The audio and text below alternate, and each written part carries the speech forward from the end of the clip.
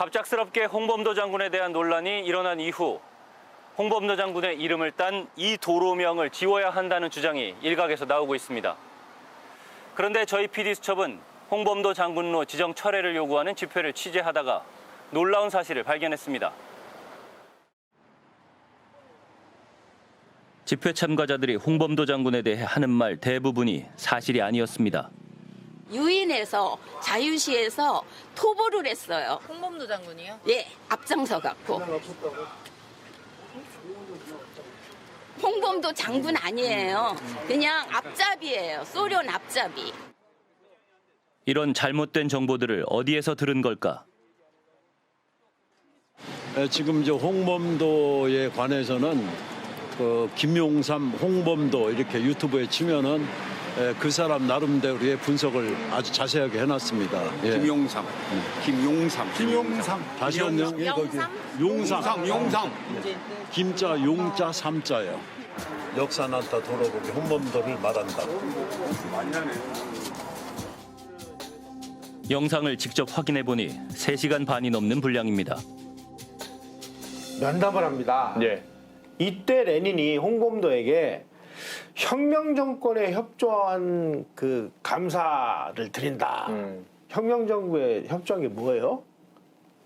우리 독립군 판 거지 않습니까? 예. 씨를 말린 거. 네. 야. 그 감사의 표시로 금화 100루블. 금화 100루블 엄청난 돈입니다. 김용삼 씨는 월간조선 편집장을 지낸 인터넷 언론사 기자입니다. 그는 영상에서 대한민국 독립을 위해 싸웠던 분들의 역사를 깎아내렸습니다. 이거 보니까 뭐 일본군은 봉오동에서 전사 1명이고 뭐 독립군 뭐 수십 명을 사살했다라고 돼 있는데 나 당신들 그럼 근거 있으면 가져와봐. 이런 일이 벌어진 거예요. 책을 보면 솔직히 얘기하면은 뭐 그 청산리 전투는 잘해야 무승부다. 청산리 대첩은 이제는 이 용어를 사용하면 안 될 것 같아요. 잘해야 무승부 정도. 봉오동은 일본이 승리한 게 거의 뭐 확실하고. 김 기자는 권위 있는 연구자의 책을 근거로 주장을 하고 있었습니다. 저자는 우리가 인터뷰했던 장세윤 연구원. 그는 정말 청산리 대첩을 무승부라고 썼을까? 이분은 무승부라 주장을 했어요. 제가 볼 때는 무승부는 아니고 네네. 이런 자료들을 보면 이제 그는 자신의 책을 보여줬습니다. 그럼 혹시 여기 무승부로 봐야 된다라고 했는데 그렇게도 쓰셨나요? 무승부라는 말을 쓴 적이 없고요. 그럼에도 불구하고 독립군의 그 승체는 분명하다. 이렇게 이 책 분명히 정리를 했습니다. 김용삼 기자가 인용했던 무승부라는 내용은 없었습니다. 무승부라고 쓰시진 않으셨나요? 그럼요. 지금 일본군 참패한 분명한 사실을 이렇게 정리를 했죠. 봉오동 전투도 일본과 중국 등 여러 기록들을 종합적으로 분석해 일본군 100여 명이 살상됐다고 추정했습니다. 정안에서 볼 때는 우리 독립군은 승리에 분명하다. 이렇게 종합적 결론을 내렸는데 이 김용삼 기자는 그런 기록보다는 어떤 그 자신의 해석이 유리한 일본 측 기록만 인용한다는 점에서 일본 측 기록만 내세워가지고 이 운동 독립은 주체 측 기록을 좀 깎아내리는 것은 굉장히 위험하고 어쩌면 왜곡된 해석일 수 있다. 김용삼 기자는 현재 이승만 학당의 교사입니다. 교장은 이영훈 전 서울대 경제학과 교수인데요. 두 사람은 반일 종족주의의 공동 저자입니다. 이 책은 일본의 식민지배 덕분에 한국이 근대화를 이뤘다는 인식을 담고 있습니다. 반일 종족주의 속편에서 김 기자는 한일 독립투쟁을 폄훼하고 친일파를 옹호했습니다. 강도 행위도 독립운동을 하면 막 월계관이 씌워주는 거예요. 그 망한 이유까지도 지금 막 다 그 변조를 시켜놨잖아요. 이완용이가 나라 팔아먹어서 마치 나라가 망한 것처럼. 그러면 그 당시 이완용이가 무슨 나라 팔아먹을 수 있는 황제예요. 뭐예요? 2020년 말부터 대표적인 독립전쟁의 두 주역에 대해 비난에 가까운 칼럼을 써온 김 기자. 김자진 묘사할 때는 굉장히 파렴치한 사람처럼 그려요. 그러니까 이게 원래 홍범도에 그치지 않았다는 거죠. 그리고 저는 그런 글 속에서 김용삼은 일제 당국의 당시 시선과 굉장히 비슷하다라는 생각이 들었습니다. 항일무장투쟁의 역사 이런 서사가 친일파척결의 권위와 도덕성을 제공해 준다고 생각한 것 같아요. 김용삼 기자는. 이 항일무장투쟁을 한번 넘어서야 된다, 까서 넘어가야 된다 이런 이제 생각을 단단히 했던 것 같아요. 김용삼 기자에게 직접 연락해봤습니다. 장세윤 연구자님이 그런 말 그렇게 쓴 적이 없다고 말씀을 하셔가지고요. 예, 그래서 한 번 더 여쭤봤습니다. 저도 자료를 다시 한번 찾아봐야 되겠네요. 그 후 자료를 다시 확인했는지 물어봤습니다. 그러나 답은 오지 않았습니다. 그는 지난 3년간 홍범도 장군이 공산주의자라고 주장하는 칼럼들을 수차례 써왔습니다. 동시에 관련 영상들도 올리며 일종의 담론을 만들어 왔습니다. 보니까 이분이 계속 기사를 쓰고 있네요. 저는 이제 계속 쓰는지 몰랐더니 2020년부터 여러 차례 비선 논축 기사를 계속 쓰고 있네요. 그런데 문제는 이런 주장이 어떤 분들에게는 굉장히 그 중요한 의미로 다가오고 그것이 어떤 면에서 또 정책이나 방침에 반영이 되는 것 같아요. 김용삼 기자는 한국자유회의라는 단체에 참여해왔습니다. 한국자유회의는 박근혜 탄핵 요구 촛불 집회가 한창이던 2017년 이른바 뉴라이트 계열 인사들이 만든 단체입니다. 창립 때부터 김용삼 기자가 함께했던 한국자유회의는 최근 국회에서 주목을 받았습니다. 장관님, 2017년 출범한 한국자유회의라는 단체를 알고 계십니까? 네. 장관께서 주도해서 만든 그 단체입니다. 이 단체 출신 인사들에 대한 얘기가 나왔는데요. 2017년 이 단체가 만들어질 때 함께했던 주요 인사들이 지금 윤석열 정부 들어서 정부 주요 요직에 한 자리씩 다 차지하고 있습니다. 이 자리에 계신 통일부 장관님을 비롯해서 김태호 안보실 1차장, 과거사정리위원회 위원장, 한국자총 부총재, 박문진 이사, 대통령실 비서관 등 어림잡아 대충 본 것만 해도 11명 이상이 윤석열 정부에서 일하고 있습니다. 결코 적은 숫자가 아니라고 생각합니다. 한국자유회의 회원 10여 명이 윤석열 정부 곳곳에 포진해 있습니다. 올해 8월 임명된 EBS 이사. 2년 전 칼럼에 홍범도 장군을 공산주의자, 자유시 참변에 가담한 반민족 행위자라고 썼습니다.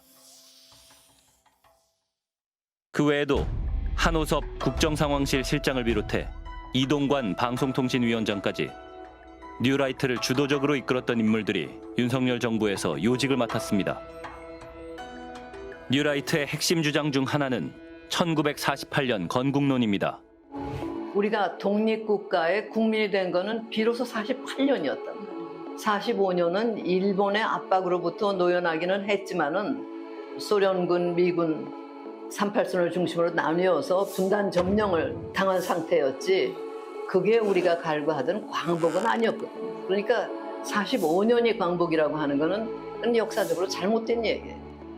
이 사람들이 생각하는 것은 자유민주주의의 정체성을 재확립하는 거고 그 연장선에서 대한민국 건국은 1948년인 거고 대한민국의 국부는 이승만 전 대통령인 것이고 김구 이런 인물은 별로 중요한 인물이 아니고 대한제국 다 무의미했고 그렇게 보는 거예요. 그리고 오히려 한국 근대화에는 일본이 더 기여를 더 많이 했고.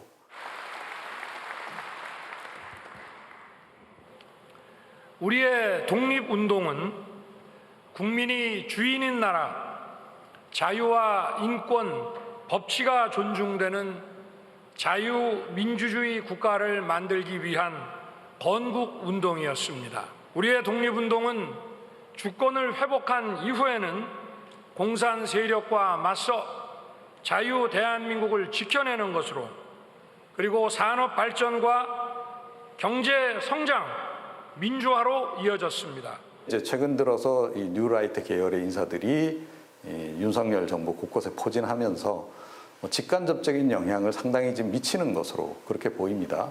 그러면서 지금 이제 자연스럽게 윤석열 대통령의 여러 가지 메시지라든가 그런 것에도 지금 이제 그 뉴라이트 사관이 이제 담기는 그런 이제 상황으로까지 좀 연결이 되고 있는 이제 그런 그 국면인데. 경축사에서 건국운동이라고 표현하긴 했지만 1948년 건국됐다는 건국절 주장과 궤를 같이 한다는 지적입니다. 뉴라이트 계열 학자들은 3.1운동과 이후 만들어진 대한민국 임시정부가 아닌 해방 후 정부 수립을 건국으로 봐야 한다고 주장하고 있습니다. 하지만 1948년 건국설은 헌법 정신과는 거리가 멉니다.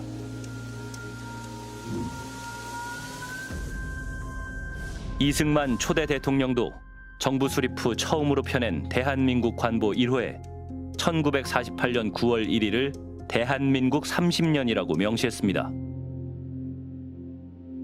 이종찬 광복회장은 건국절 주장이 일제감정기를 정당화한다고 비판했습니다. 48년의 건국절이라고 한다면 그 전에 나라가 없었다는 얘기거든요. 그때가 건국이 됐으니까요. 우리의 일제가 우리를 강점한 것을 인정하게 된단 말이에요. 그 위험한 말씀입니다. 만약 우리가 일본 식민으로 있었다는 것을 인정을 하면 위안부 할머니는 우리가 항의를 하지 못해요. 강제징용도 항의를 못합니다. 그러면 우리나라에 지금 대법원이 판결한 거 다 뒤집어야 돼요. 대한민국에 있는 모든 외교적, 사법적인 모든 것, 이 질서가 다 깨져버렸는데 왜 그런 위험한 짓을 해야 됩니까? 건국절 논란은 2008년으로 거슬러 올라갑니다. 이명박 전 대통령이 광복절을 건국절이라고 칭하면서 논란이 촉발됐습니다. 저는 오늘 분명히 말하고자 합니다. 대한민국 건국 60년은 성공의 역사였습니다. 발전의 역사였습니다. 기적의 역사였습니다. 2008년 문체부가 건국 60주년 홍보 책자를 만들어 전국에 배포하면서 또 논란이 일었습니다. 책자는 임시정부에 대해 독립국가를 대표한 것은 아니고 실효적 지배를 통해 국가를 운영한 적도 없었다고 평가했습니다. 따라서 1948년이 대한민국의 건국이며 건국의 공로 또한 정부 수립 참여 인물들의 몫이라고 기술했습니다. 당시 광복회는 반발하며 회원들이 받은 건국 훈장 만여 개를 모두 반납하겠다고 밝혔습니다. 파문이 일자 당시 유인촌 문체부 장관이 광복회를 찾았습니다. 한 심려를 끼쳐드려서 정말 참 유감입니다. 논란이 되고 오해를 일으키고 이게 갈등을 생긴 것 자체는 좀 문제가 있는 거거든요. 이 국론을 분열시키면 안 됩니다. 장관이 유감을 표명하고 책자를 수정하면서 건국절을 둘러싼 파문은 일단락됐습니다. 2005년 뉴라이트 출연하고 이명박 정부 때 뉴라이트들이 집권을 했잖아요. 한 축으로. 뉴라이트가 소멸됐다 이런 평가를 받을 정도로 한번 쫙 몰락한 적이 있거든요.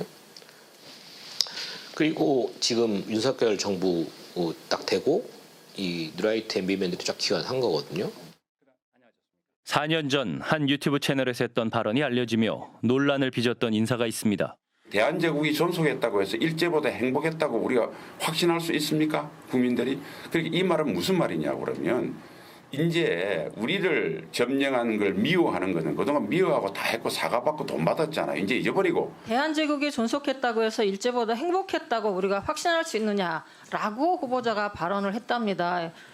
근데 이렇게 말씀하신 부분들이 뉴라이트에 관련된 그런 관점이나 사관하고 비슷하다 그러는데 혹시 뉴라이트세요?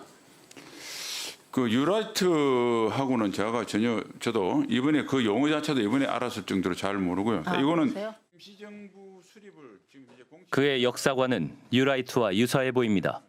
아니 대한민국 자유민주주의 대한민국을 만드는데 광복국가 독립군에서는 이념적으로 좀 다른 부분이 있다. 그 부분에 대해서는 적어도 군대 육군사관학교에서 그걸 선양하는 건 아니다. 우리 독립운동을 대한민국 입장에서는 자유민주주의 국가를 만들기 위한 독립운동이었다. 10월 7일 그는 국방부 장관으로 취임했습니다.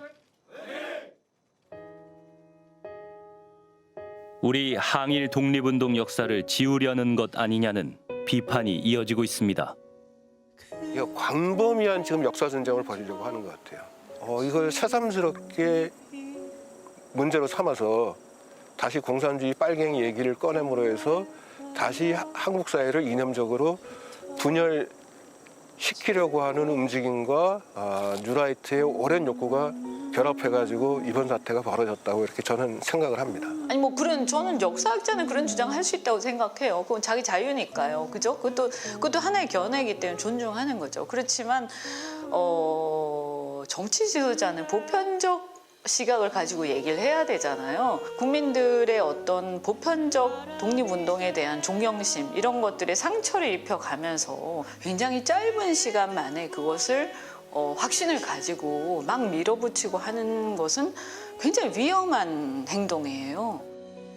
2달여 전 국민의힘 연찬회에서 이념이 가장 중요하다고 말했던 윤석열 대통령.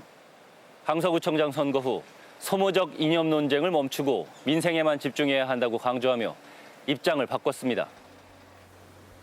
대통령 말처럼 소모적 이념 논쟁이 멈추려면 독립운동가들의 흉상 이전 계획부터 멈춰야 하는 것 아니냐는 목소리가 나오고 있습니다. 대한민국의 역사적 정통성을 부정하고 헌법도 존중하지 않고 있다는 비판 또한 정부는 무겁게 받아들여야 할 겁니다. 홍범도 장군을 둘러싼 이 논란이 과연 무엇을 위한 것인지 국민은 묻고 있습니다.